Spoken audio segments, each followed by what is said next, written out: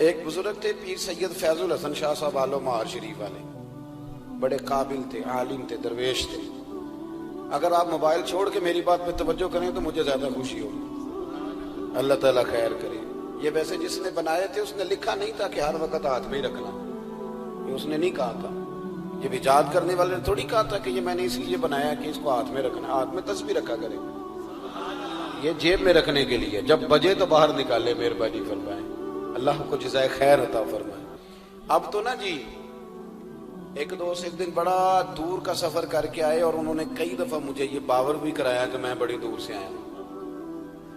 باور بھی کراتے ہیں تو پیار سے بتاتے ہیں، بتایا میں بڑی دور سے آیا ہوں، لیکن ہر 1.5 منٹ کے بعد جیب سے موبائل نکال لیتے تو میں انہوں نے آکھیا میں کہ یہ زیارت کرنی سا جے گھر ہی کر لینی سی، تو نہ لمبا سفر کرنے کی کیا ضرورت، آپ تو میری زیارت کرنے آئے تھے بقول آپ کے، حالانکہ وہ زیارت والا یہاں رٹا بھی کوئی نہیں، لیکن موج ہے نا لوگوں کی، اللہ آپ کو جزائے خیر عطا فرمائے۔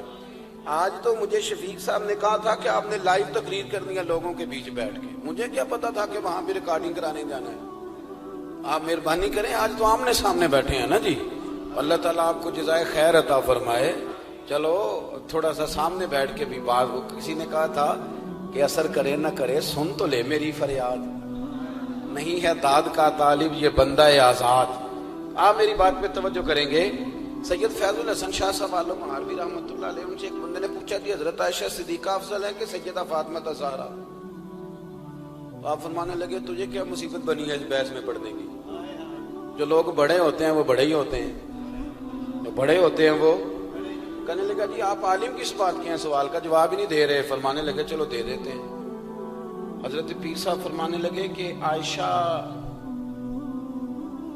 بیوی ہیں نبی پاک کی اور فاطمہ بیوی ہیں علی پاک کی۔ فرمانے لگے یہ جو علی کی بیوی ہیں یہ نبی کی بیوی سے افضل نہیں ہو سکتی۔ اور پھر فرمانے لگے کہ فاطمہ بیٹی ہیں نبی پاک کی اور عائشہ بیٹی ہیں ابو بکر صدیق کی۔ تو فرمانے لگے ابو بکر کی بیٹی کبھی بھی نبی پاک کی بیٹی سے افضل نہیں ہو سکتی۔ وہ بندہ کہتا ہے پیر صاحب نتیجہ کی یہ، فرمان لگے گھر جا کے کڈی میں گل دس چڑی ہے نتیجہ۔ بھئی بڑے لوگ بڑے ہوتے ہیں، بڑے لوگ بڑے ہوتے ہیں، تو آپ بڑوں کے کو تولنے کیوں لگ گئے؟ آپ رشک دیکھیں کتنا ہے، وہ آپس میں رشک کر رہے ہیں، تم کہتے ہیں لڑائیاں کرتے تھے، وہ تو رشک کر رہے ہیں میرے بھائی، رشک دیکھیں نا۔ میرا دل کر رہا ہے آپ کو ایک خاص بات بھی عرض کروں۔ حضرت القول البدیع میں نا امام سخاوی نے لکھا ہے، ان کا ذرا آپس میں رشک دیکھیں کتنا ہے، حسد نہیں رشک۔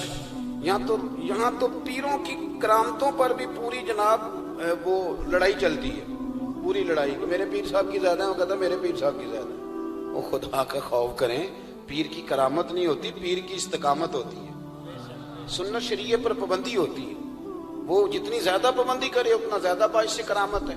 حضرت سیدنا مولا علی شیر خدا فرماتے ہیں، امام سخاوی نے القول البدیع میں لکھا ہے، فرماتے ہیں کہ حضرت عمر کا زمانہ مبارکہ تھا، میرا بڑا ہی دل کر رہا تھا سرکار کی زیارت کرنا۔ حضور کے وصال کو کافی سال بیت گئے، دل بڑا پریشان تھا، میں درود شریف پڑھتا پڑھتا سو گیا۔ میں نے خواب دیکھی کہ اللہ کے محبوب فجر کی جماعت کرا رہے ہیں،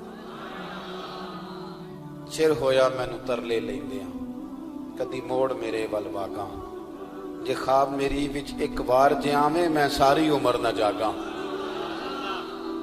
کہتے ہیں حضور نماز پڑھا رہے تھے فجر کی، 2 سورتیں سرکار نے پڑھی پر بڑا ہی مزہ آیا، بڑا ہی مزہ۔